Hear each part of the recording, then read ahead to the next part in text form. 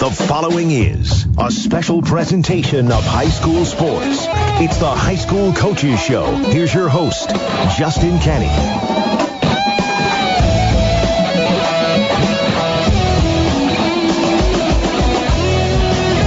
Welcome back.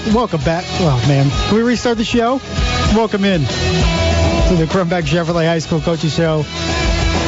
Already having way too much fun here. I'm Justin Kenny, DC Hendricks, and a special guest in the studio so we don't have to call him is Mr. Dan Vance. He's supposed to be the host tonight, but I was able to rush in here to everybody's disappointment. But well, the way you started the show, I feel like you should stay wherever off. You were at. See, I'm going to shut my mic off, right? Just shut it off. Let's just go. See, let's just go Dan Vance only. This is the Week 4 edition. It is Week 4, right? Week 4 edition of the High School Coaches Show presented by Crumbag Chevrolet here on ESPN Radio 1380, 100.9 FM. I'm Justin Kenny. He is Dan Vance, and DC Hendricks as well is typing away here till 7 o'clock. Some coaches coming up in a very pivotal Week 4. We're going to break some key matchups down here in just a little bit. Paul Sade, Churubusco Eagles will be on about 6:15. Jason Garrett, head coach of the Bishop Dwenger Saints, bottom of the hour. We'll talk about that showdown coming up at Shields Field on Friday night against the Homestead Spartans. Battle of Undefeateds. And speaking of undefeated, Pete Kempf, DeKalb Barons, his team 3-0. For the first time since I want to say 2001. It's been a while. They will host undefeated East Noble Knights in a game that I don't think it is an exaggeration to say is the biggest game in the 21st century for the DeKalb Barons. And sounds like a stretch, but I really don't think it is. 3-0 versus 3-0. Trying to make a statement and some early momentum in the Northeast 8. And that will be a game we'll break down with Coach Kempf.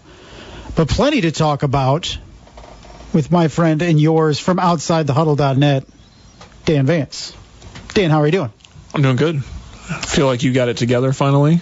Well, that's never been the case. Makes it easier. DC has himself a nice new Outside the Huddle shirt. We can put the long national nightmare to bed, folks, because DC Hendricks has an Outside the Huddle shirt. He is wearing it right now.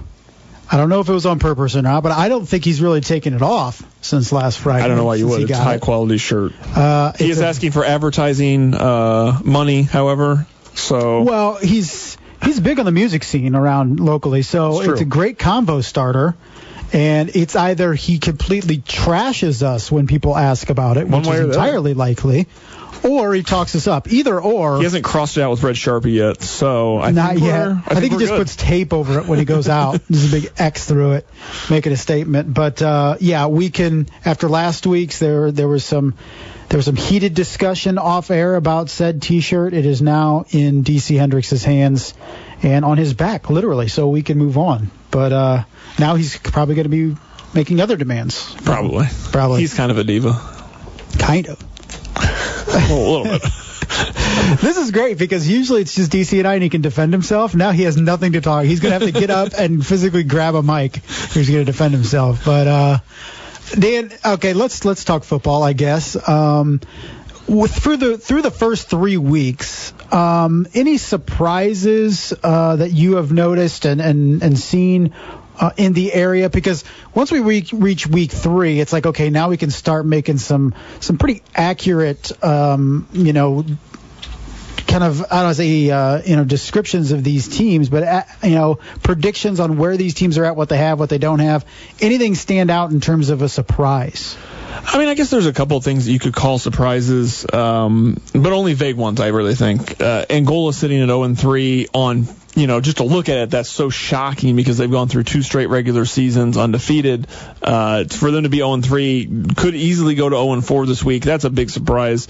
I'm going to call DeKalb a surprise just because we haven't seen it. There was a lot of hype going into the season. Evan Eschbach coming over at quarterback. A lot of this team returned. We knew DeKalb was going to be good, but until you see it, it's got to be a surprise. Win over Angola in week 1 is good. Win over Garrett in week 2 is okay. Went at New Haven in week 3 on the turf, beating them on the ground, beating them athletically a lot of times, was really strong. So I got to say that DeKalb is a little bit of a surprise because we hadn't seen it yet. Yeah, I agree. Angola, could very well go 0-4, like you said. They play West Noble this week. DeKalb also a good one. SAC, I think we felt, okay, the big three have shown themselves as the big three, Dwenger, Snyder, and Homestead through the first 3 weeks. And then we felt, okay, there's going to be a lot of teams in that 4 to 9 category that you could put anywhere. I think Carroll is a solid 4, and then I think there's a significant drop to everyone else. Am I wrong? Yeah, I think it's a pretty big drop off there, and we kind of knew that there was going to be a top. Of course, we were thinking it was going to be just the top 3, and then not a big gap between 4 and 9. But I think there's a couple of big drops there. You drop off to the Northrop Concordia Lures, and then I think another big drop off to Northside, Southside, and Wayne, which, we knew they lost a lot, but I think it's really surprising when you talk about those things to see them at 0-3. They put up some good points in a couple of games, but for them to drop some games that even last week against Northrop that we probably thought they were going to win in the preseason. Looking at the NE8, I'm not comparing the NE8 1-8 to the SAC 1-10, but in terms of competitive balance, 1-7 in the Northeast 8 minus Belmont. I mean, I think it's as competitive as a conference as we have in Northeast Indiana, probably the most competitive. Yeah, and you look at teams there that weren't expected to be necessarily super competitive, and you're looking at Norwell right now, who they sit in a pretty good position at 2-1, but in the conference, they just competed with Leo in that classic 3-2 battle. Huntington North just played very well against East Noble in a game that we wouldn't have thought was going to be as close.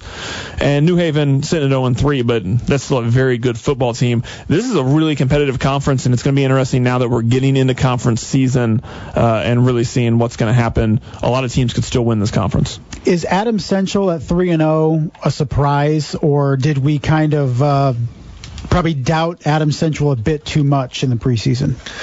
I think they're a little bit of a surprise, but, it's an Adams Central system that works. It's always worked. You don't necessarily have what we would call highest caliber players like they did the last couple of years, not to knock what they currently have with the likes of Ben Vorl and Dallas Schwaller, but it's a system that works. They work in the system. I was out at one of their practices last week taking pictures, observing, and they really run things like a tight ship there. So that part of me doesn't really get surprised by Adams Central being successful. But, yeah, you got guys stepping up in major roles that, again, like with DeKalb, until you see it happen, you don't know that it's going to happen. Yeah, Blake Hirely, a sophomore out at Adams Central, has been a difference maker as well, one of those guys that needed to step up. All right, Dan, let's look ahead because we have a series of pivotal games coming up here in Week 4. We'll start with the big one in the SAC, Homestead taking the trip over to Shields Field and to play Bishop Dwenger.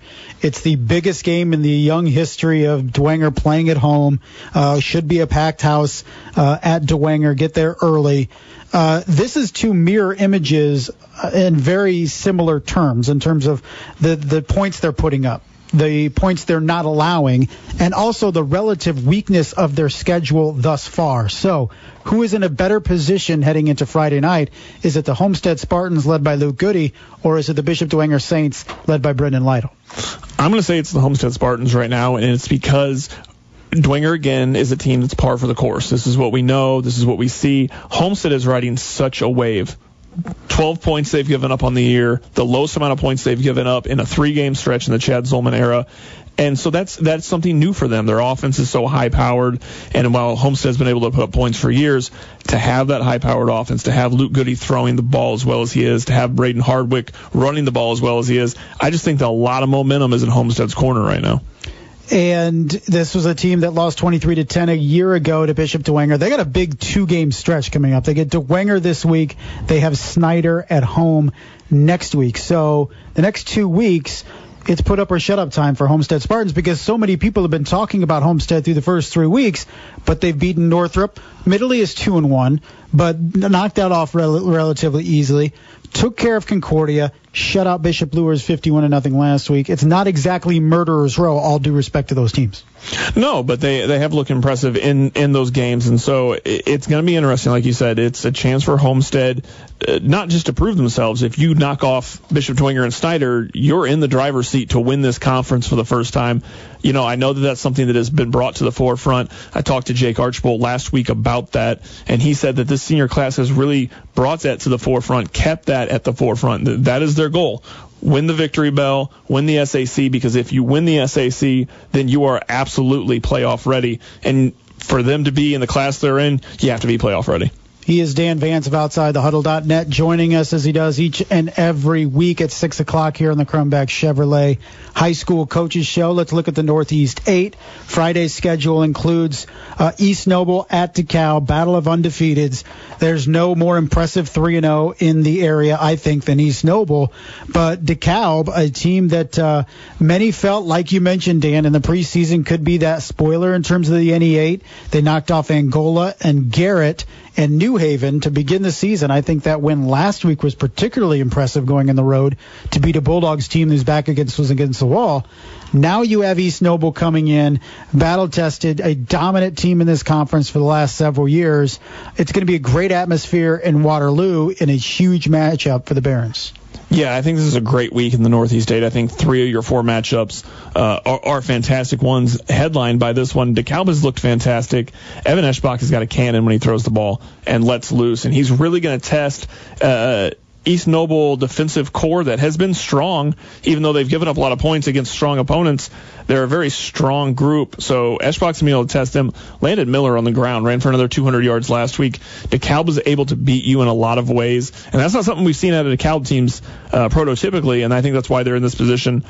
But East Noble has something we've talked about every week, and that's Bailey Parker, and nobody else has a Bailey Parker. He is do-it-all. Both sides of the football. It's a heavyweight clash. I'm really excited about that one. To have a week where the SAC and the Northeast 8, you're not playing for championships, but you got to imagine that the winner of the big games in each of those conference is your de facto favorite now. And especially with Hayden Jones coming back, he was out last week, so another weapon for Bailey Parker at wide receiver for East Noble. Going to the Northeast Corner Conference, Angola sitting there at 0-3, but 0-0 in terms of the big division of the NECC. They get West Noble, and a lot of people think that Angola goes 0-4 here, but can they slow down Brandon Pruitt, Josh Gross, Kyle Mayhorter, and the West Noble Chargers? It's another interesting question. They've had some problems with some teams that have been able to rush the ball very well. We saw that against DeKalb week 1. We saw that against Leo week 2 and Peyton Ball having such a great game. I don't really know what they had to deal with last week. We don't know many details about that game, obviously.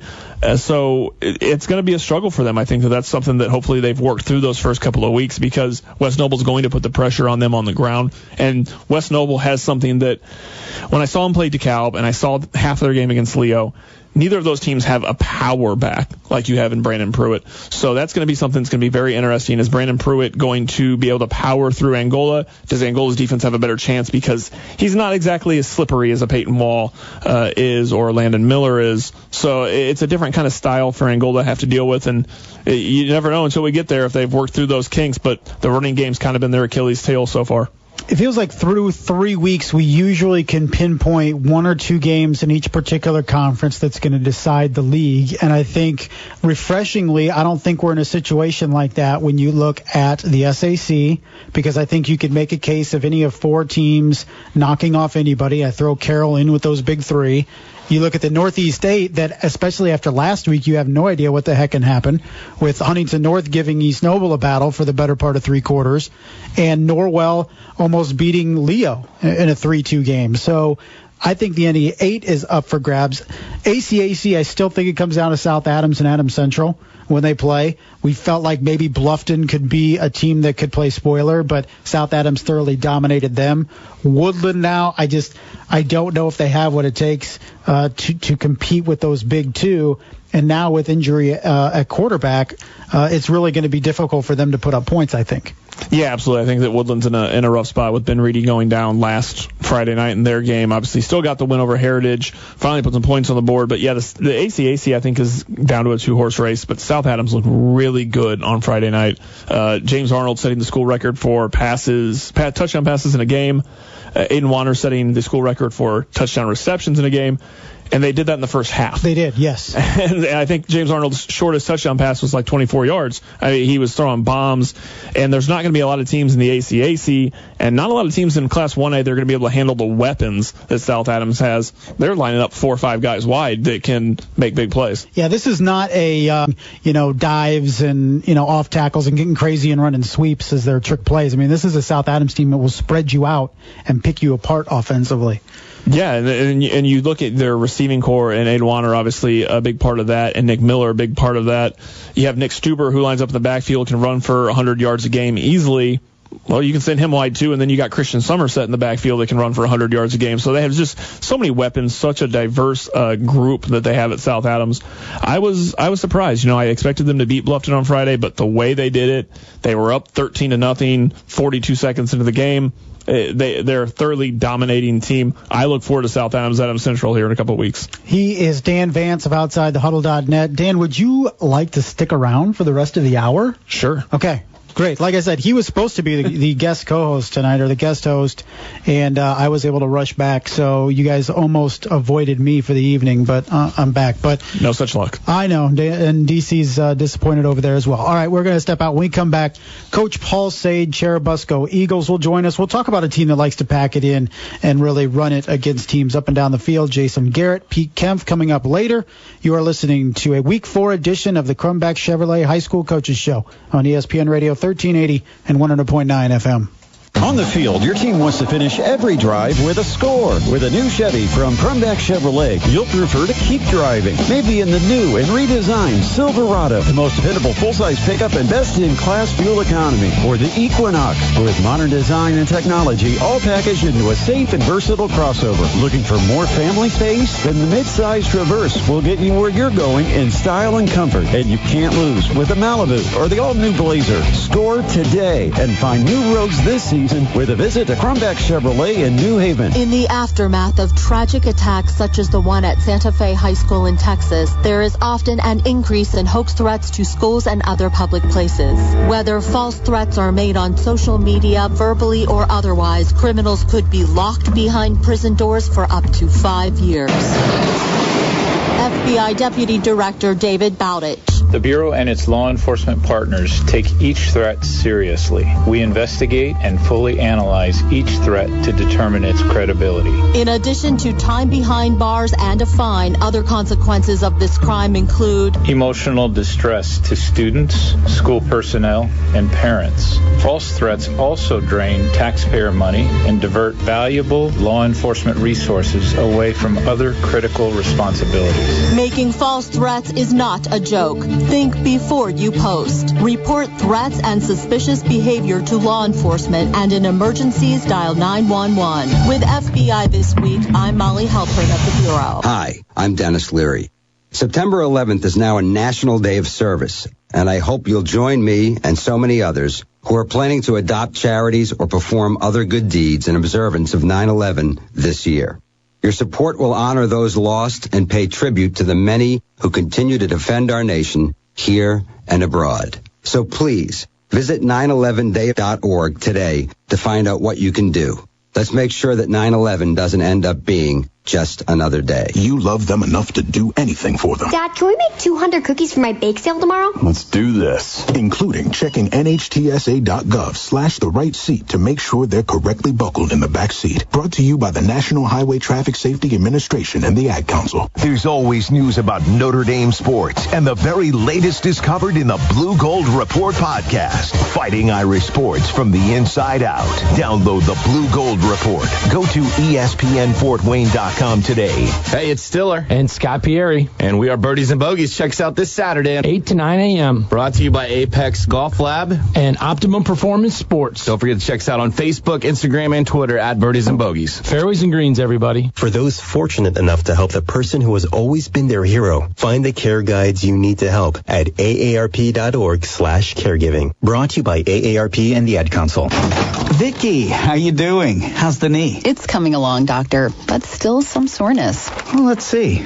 This soon after surgery, some pain is pretty normal. I was hoping to get more painkillers. The first round worked great. We're being very careful with those now. Prescription painkillers are opioids, same as heroin. It's easy to start taking them, not so easy to stop. Last year in America, an average of 40 people died from opioid abuse every day. Long-term addiction has become America's newest health epidemic. So no pills? Vicky, you're doing great. So let's try these anti-inflammatories, plus your physical therapy. If the soreness doesn't continue to get better, give me a call. For opioids, the smaller the dose prescribed and taken, the better. Because even a few prescription painkillers can sometimes go a wrong way. A message from the American Academy of Orthopedic Surgeons and the Orthopedic Trauma Association. Visit orthoinfo.org/prescription safety. Man, do I love card night. You ready, boys? You got a king? Go, fish, Dad. Oh, come on. This is WWE superstar Titus O'Neil. It only takes a moment to make a moment. Take time to be a dad today. Learn more at 877-4DAD-411 or visit fatherhood.gov. Brought to you by the U.S. Department of Health and Human Services and the Ad Council. Now back to the High School Coaches Show with Justin Kenny on ESPN Radio, 1380 and 100.9 FM. Welcome back, everyone, to the Week 4 edition of the Crumbeck Chevrolet High School Coaches Show. It's a three-man booth today. I'm Justin Kenny here with Dan Vance, DC Hendricks producing, talking fantasy football between the break, where somebody had the audacity to start Mitch Trubisky over Tom Brady. Yeah. I'm a Bears fan. I'm not that stupid. Ouch. You don't bench Tom Brady for anybody. No, never. But you got to do what you got to do, I guess. Well. So we got a lot to get to this hour. Paul Sade coming up just a couple seconds. Jason Garrett of Bishop Dwenger will join us bottom of the hour. Pete Kempf, DeKalb Barons at about 6:45, taking you to 7 o'clock this evening. One of the big games coming up on Friday night is a battle in the small school division of the NECC. It's the Churubusco Eagles hosting the Eastside Blazers. Head coach of the Churubusco Eagles is Coach Paul Sade. Joins us right now. Coach, how are you? I'm doing good. How are you guys? We're just living the dream here, Coach. And oh man, that makes three of us then. Well, yeah, you're undefeated. I mean, everybody loves you in Turtletown until you lose a game, so you're living large. Yeah. Well, the Mitch Trubisky thing I agree with, but I'm a Dolphins fan, so I'd take Mitch Trubisky. Ooh. Yeah. Man. I don't say that out loud very often, but it's true. So. Well, hopefully you have enough players to play this week. Everybody seems to be be traded or whatever. So jump off the ship apparently.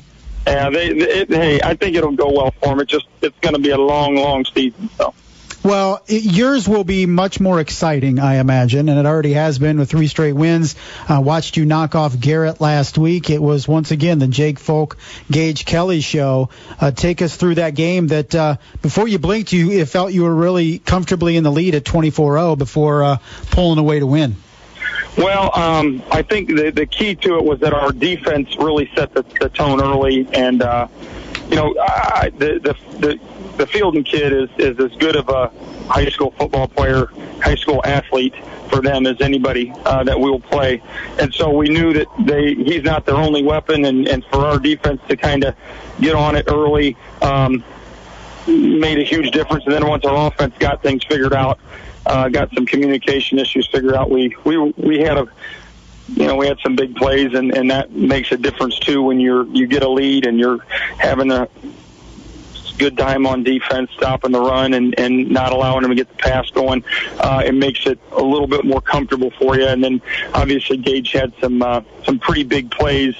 I think one was 75 and one was 55. And then that's not only to get your guys pumped up, it makes it tough to come back from stuff like that. So I think had we not had a couple big plays, I think the game goes a whole lot different. And I'm not saying we don't win, but it looks different. But it was definitely a good win for us.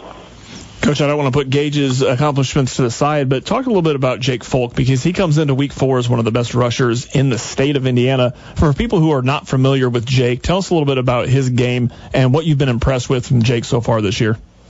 Well, I think that, a lot of people have been asking, hey, did we know, what Jake was going to, did I know he was going to have 700 yards in the first 3 weeks of the season? No, I didn't know that. But I know that he's the type of kid, he's a different style running back than what we've had at the fullback position the last couple years. We've had some more stocky guys that were more ground and pound. Jake's more athletic. He's taller. He covers a lot of ground quickly, and he has very good vision. Now, we're also running a different style of offense. It's still wing T, but it's more spread stuff. He fits into that scheme really well, and to be perfectly honest with you, he's one of the reasons that we're running things the way we're running them, because we felt like last year he was a halfback for us. We like the way he ran the ball. He runs the ball fast, but he's not a finesse runner necessarily. He uses his frame to push people out of the way and gets positive yards. He's always falling forward. He is a very focused and determined kid. He's just the type of kid that he doesn't really care a whole lot about anything other than football right now. Wants to go to college. Maybe he goes and plays football, or maybe he goes and plays baseball. But right now, his primary focus is being the best football player he can be. And I was giving him all kinds of crap, Saturday morning, because I kept calling him number 2 now that Gage had more rushing yards than him Friday night. But obviously it was a joke. And his fakes and his blocking are going to open up the opportunities for guys like Gage and Sam to make bigger plays, because so many people, based on his numbers and based on the way our offense is structured, will probably flow to him a little more.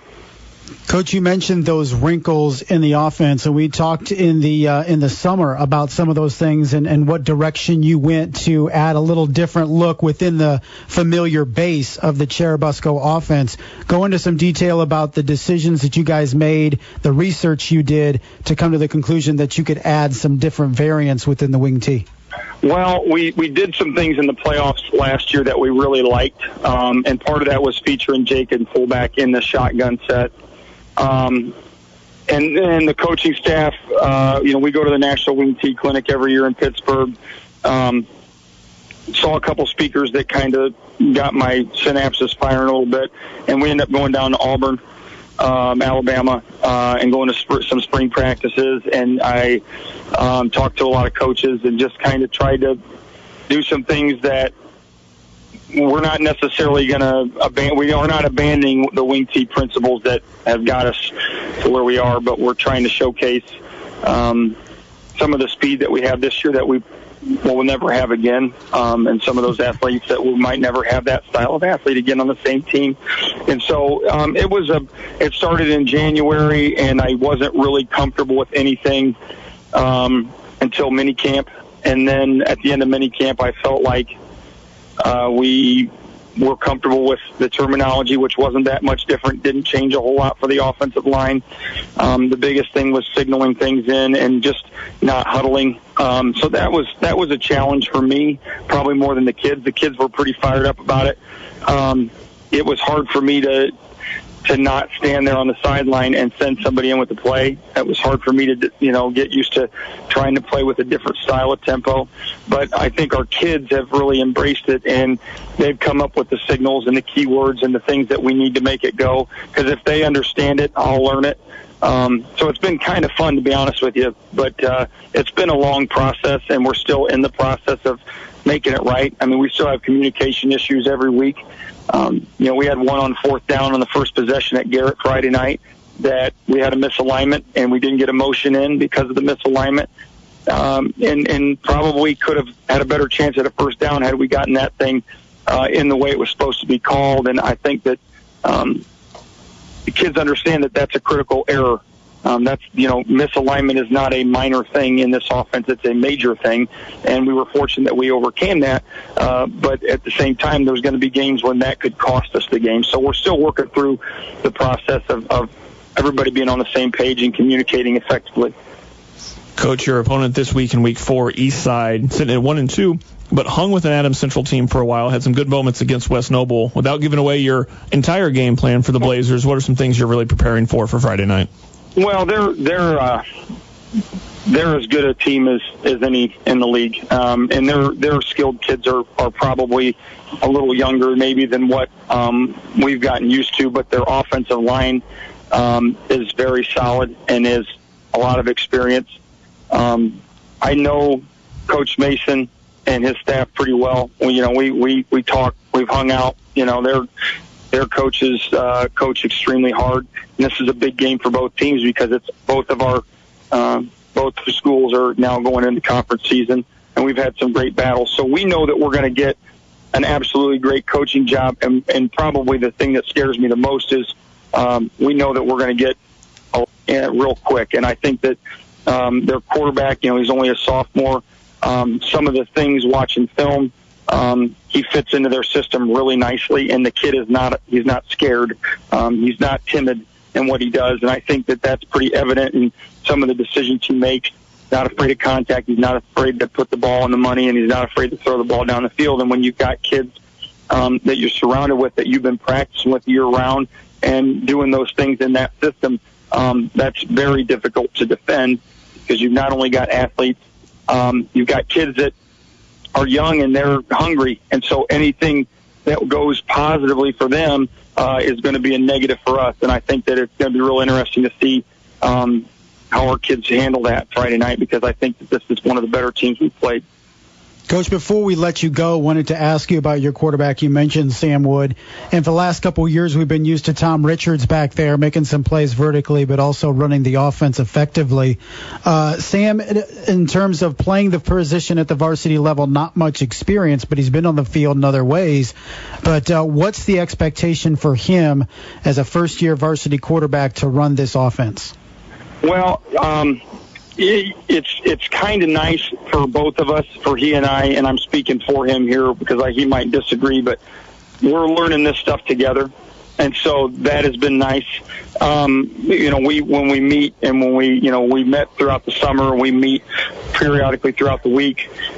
We talk about things that he sees, things that he likes, things that he doesn't like, things that make things a little easier on him, because we are asking a lot of him, and there's no standard for this offense and our experience to kind of measure him up against anybody. Hey, this is how Tom did it, so this is how you should do it. Tom was solid and great for 3 years, and I still have separation anxiety that Tom's not taking the snaps. But it's a different offense, and so Sam is a great athlete. He's under pressure a lot. He's the type of guy. He's been at the state finals in track at the pole vault. He was a state runner-up this year, so he understands pressure. He understands that you got to make decisions sometimes and deal with things that are not necessarily easier to your advantage. And I think that he has the respect of his teammates not only because of his athleticism, but because of the way he carries himself. He's kind of a goofy kid, and I mean that with all respect. He doesn't get down. He doesn't get mad. He is the one in the huddle who's probably at practice who's probably making a joke when I lose my mind. He's probably the one that's keeping everybody grounded and smiling and laughing, and we need guys like that, and it helps when they're a versatile athlete like Sam is. Coach, I appreciate the time. 3-0 heading into a big division game coming up on Friday against Eastside. Appreciate the time. Good luck on Friday. Hey, thanks, guys. That was Coach Paul Sade, Churubusco Eagles, joining us. And, Dan, we didn't even ask him about pork burgers, infamous pork burgers at Churubusco. I can smell them right now, it feels like. They're very tasty, which is where I'll be on Friday night, Churubusco. I may have to grab a couple. I'll bring you all back some. DC's making faces. Not a pork guy? Huh. Really? Well, we need a new producer. Have you ever been to Busco, though? Have you had the Busco pork burger? Well, no? It's practically its own food group. Now we know where DC needs to go. Yeah, see? Maybe we'll bring him one. All right, thank you to Coach Paul Sade. We're going to take a break. When we come back, Jason Garrett, Bishop Dwenger. Saints will join us, talk about the premier showdown in the SAC coming up on Friday night. This is the Crumback Chevrolet High School Coaches Show on ESPN Radio 1380 and 100.9 FM. On the field, your team wants to finish every drive with a score. With a new Chevy from Crumback Chevrolet, you'll prefer to keep driving. Maybe in the new and redesigned Silverado, the most dependable full-size pickup and best-in-class fuel economy. Or the Equinox, with modern design and technology, all packaged into a safe and versatile crossover. Looking for more family space? Then the mid-size Traverse will get you where you're going in style and comfort. And you can't lose with the Malibu or the all-new Blazer. Score today and find new roads this season with a visit to Crumback Chevrolet in New Haven. New message. Department of the Social Security Administration. The reason of this call is to inform you that your Social Security number has been suspended for suspicion of illegal activity. If you do not contact us immediately, your account will be deactivated. For more information about this case file, press 1 or call immediately our department number, 326. This is a scam. Thieves are misusing the Social Security Administration's authority and phone schemes to trick you into giving them money or personal information. They state there is a problem with your Social Security number or account. They claim there's been suspicious or fraudulent activity, and you could be arrested or face other legal action. They even spoof SSA's main customer service telephone number on caller ID. Don't believe them. Don't provide any information. SSA employees will never threaten you for information or promise benefits in exchange for information. In those cases, the call is fraudulent. Just hang up. If you suspect you've been contacted by an SSA scammer, call the Social Security Fraud Hotline at 1-800-269-0271. My son Aiden has asthma. Secondhand smoke has triggered his asthma so bad to the point where he had to end up in the emergency room. And he has spent multiple nights in intensive care. Now he's on a whole bunch of medications. My tip to you is, don't be shy to tell people not to smoke around your kids. 4 out of 10 U.S. kids are exposed to secondhand smoke. If you or someone you know wants free help to quit smoking, call 1-800-QUIT-NOW. A message from the Centers for Disease Control and Prevention. 180/111, and I had a stroke. When I woke up, I couldn't speak or walk. 145/92, and then I had a heart attack. 182/100, and I had a heart attack and a cardiac arrest, and then a stroke. Everything changed. It felt like my life was over. This is what high blood pressure sounds like. You might not feel its symptoms, but the results from a heart attack or stroke are far from invisible or silent. 150/90, and I had a stroke. If I would have followed a treatment plan, I would not be in this situation. 180/110, and I had a stroke. And I'm 33, so I never see this coming. If you've come off your treatment plan, get back on it. Or talk with your doctor to create an exercise, diet, and medication plan that works for you. Go to loweryourhbp.org. I head to toe, everything's changed. Head to toe. Brought to you by the American Heart Association, American Medical Association, and the Ad Council. The stigma of addiction is destroying lives across the country, preventing our loved ones from getting the help they need. We are Shatterproof, a national nonprofit dedicated to ending the stigma and devastation addiction causes families. We are changing laws, creating a community of support, and providing evidence-based resources for prevention, treatment, and recovery.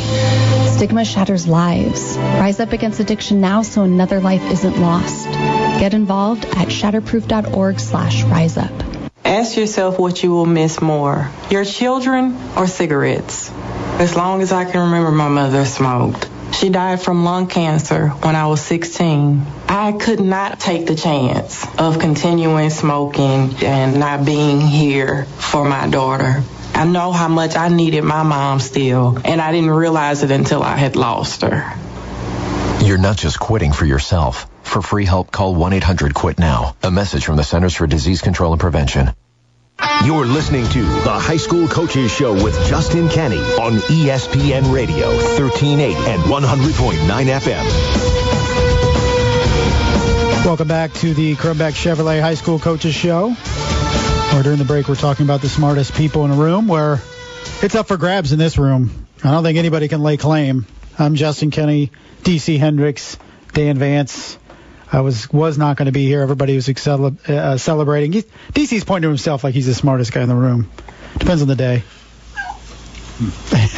Let's ask the next guest and see what he says. Well, he's going to... It's pretty obvious what our next guest is going to say, right? Jason Garrett of Bishop Dwenger Saints is on the line with us right now. Coach, how are you? I'm great. Sorry I'm a little late, guys. No, you're fine. If Jason Garrett was here, he indeed would be the smartest person in the room. Yes. I don't think there'd be any argument. Far from that, guy. I'm sure with so many kids, you've probably been called the not the smartest person in the room many a times, at the very least.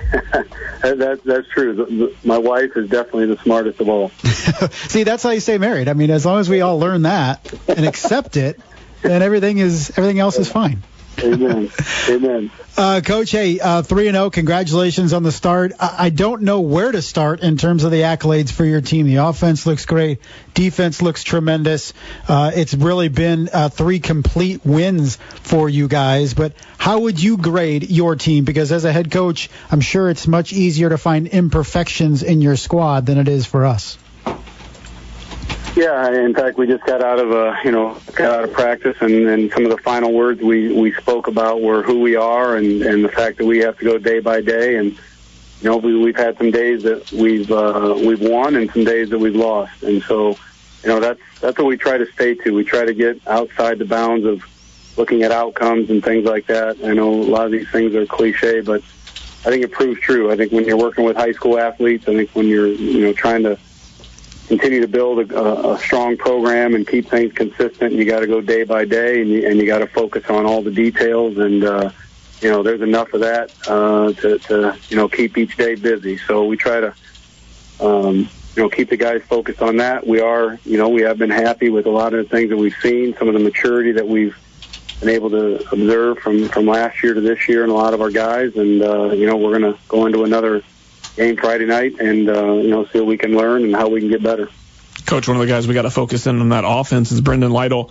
Has thrown the ball extremely well, 29 for 44, 465 yards. It's more than half the yards he threw for last year, more than half the completions he had last year. What has changed in your offense that you see in Brendan to put the ball in his hands to throw it more? Well, I think for Brendan particularly, it's his maturity, and I think the knowledge of the offense, and a lot of credit goes to our coaching staff, starting with Coach Watts and our offensive coaches. Brendan's a student of the game. He's coachable. He's fun to coach. He wants to learn. Obviously, he's got the skill set, and then he will say the mindset and the heart set. He's got the skill set. So, Coach Watts, and we've made some adjustments with some of the guys that we now have to be able to spread things out a little bit. And so I think it's a collective effort, starting with Coach Watts and Brendan, his maturity, his skill set, and putting some of those things into action, and then that just does wonders for our running game and some other things that we traditionally like to do. Coach, last year it was Joe Tippin in that big package. This year it's Vinny Fiacable, and he's such a goofball. I was laughing even as I was watching the highlight. But is he a lineman who plays running back or a running back who plays line? Oh, great question. But you got to say lineman that was given the opportunity to play running back, and those opportunities might be far in between now. But yeah, he's become a great leader for us. He's doing an outstanding job. Those were some big shoes, figuratively and literally, that need to be filled on that side of the ball for us on the line. And he's doing an outstanding job. And he's another guy, young guy, just a junior now, who's coachable, fun to coach, keeps things loose for us, and getting an opportunity to run the ball is really just a way of rewarding him for the hard work that he's put in. Coach, you've gotten one game in at Shields Field this year. A great atmosphere for that opener against Northside. What kind of atmosphere are you expecting on Friday night when Homestead comes in, their big student section? You've christened the field, but this is definitely the first big game at Shields Field. Yeah, we're expecting an electric atmosphere, no doubt.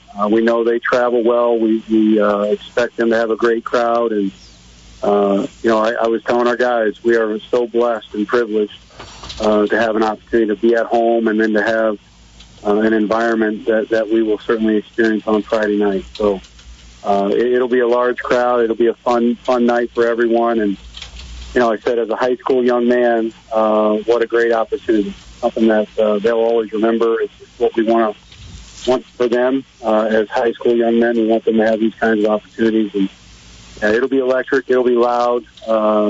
Tremendous attendance, I'm sure. Coach, I know you were worried about winning a football game in week 2, but John Bennett looked noticeably more stressed with a home game in week 2 than playing over at Zollner. But logistically, from what you heard, what you understood, did everything go according to plan in terms of parking and all that?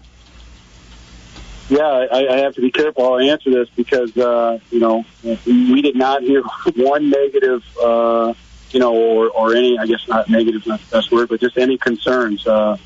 The traffic went well. The parking was done well. Everybody had an outstanding time. Our team provides the cleanup on Saturday morning, and that helps us take some ownership of everything that's happening. So, yeah, overall, logistically, it was a very successful evening. Coach, when you look at the matchup coming up on Friday, very similar to you guys in terms of being able to attack through the air, attack vertically, what do you need to see defensively with Casey Kolkman, defensive coordinator, out of that group to slow down, limit the Spartans' offense? Yeah, so it's Tuesday. We're still trying to figure all that out. What a great offense! What incredible. For us, it's assignment football. It's we over me, everybody doing their job. Another cliche statement, but it's so vitally important. We have to understand that they're going to make some plays, that they're going to move the ball, and then, we got to make sure that we're poised and we don't get caught up in some of those things that certainly will happen. They're very explosive. So, it's kind of that bend, don't break, keep things in front of us, play assignment football, and obviously, in terms of our tradition and style of playing defense, we have to be aggressive and attack. Coach, I appreciate it. I know you're coming right off the field, making some time for us. Good luck in a big matchup at Shields on Friday night. Thank you guys so much. And again, I apologize for being late, and I got you those 2 Snickers. DC will be happy. He's got your 2 Snickers, DC. Thanks, Coach. Thanks, guys. That's Jason Garrett, Bishop Dwenger Saints. Dan, this matchup between Bishop Dwenger and Homestead, we almost take it for granted that we know what Bishop Dwenger is, right, over the last couple years. You don't want to judge teams based on previous years, but it also affects your line of thinking. So we know what Bishop Dwenger is, right? We're not sure if Homestead can match up yet with a Dwenger or Snyder. Last year it was a 23-10 loss to Bishop Dwenger for Homestead. The year before they knocked him off 42-0, but then they came back the next week, lost to Snyder. The year before that, back-to-back losses to Dwenger and Snyder. Year before that, back-to-back losses to Dwenger and Carroll. 2 weeks later, lost to Snyder. You see a theme here. So Homestead, we feel they could be the best team in the SAC, but I think going into Friday, Homestead maybe has more to prove to people like us than Bishop Dwenger. Yeah, I think they absolutely come in as the underdog because Dwenger's just, like you said, you kind of, I don't want to say forget about Bishop Dwenger because we certainly don't forget about them, but maybe we don't give them enough credit just because that expectation is so high. And that's something that Homestead is working towards, and we're kind of getting that way that now our expectation of Homestead is high, but certainly coming in as the underdog. Shield Field is going to be an interesting place on Friday. Homestead is planning as best they can, I saw on social media, to try to pack the visitor side with only students. Sits about 600 on the visitor side. So if you get 600 students there, that definitely changes the environment and tries to change the home field dynamic for the Spartans. I think it's going to be a really interesting place to be. Yeah, and that first game for Bishop Dwenger at home against Northside, they didn't come out playing exceptionally well. Northside was able to hang around for a good quarter. Bishop Dwenger got it going on in the second quarter and beyond in a shutout win. But it took a while. I don't think they can have a slow start against Homestead. No, I think whoever gets out front early is going to be in a great position. I think these are both two teams that are very difficult to play from behind against. Homestead's offense is so high-powered that if Bishop Dwenger starts slow, it could be a long night for them. But the same could be said for Homestead. I don't think you want to get behind in this game. Two very good passers in Lytle and Goody. Over under 500 total passing yards in this game. Oh, that's tough. I'm gonna say over. I would agree. I'm gonna say over. I think that they're gonna test the receivers. You got great guys on both sides. Griffin Little, Jake Archbold for Homestead, and the reception, the guys that for Dwenger that can do it, Michael Lito, that we're expecting to see more of this week. I think we could see some really, really interesting offense. Yeah, it should be a really, really good undefeated showdown at Shields Field. Podcasts by Federated Media. Podcasts by Federated Media.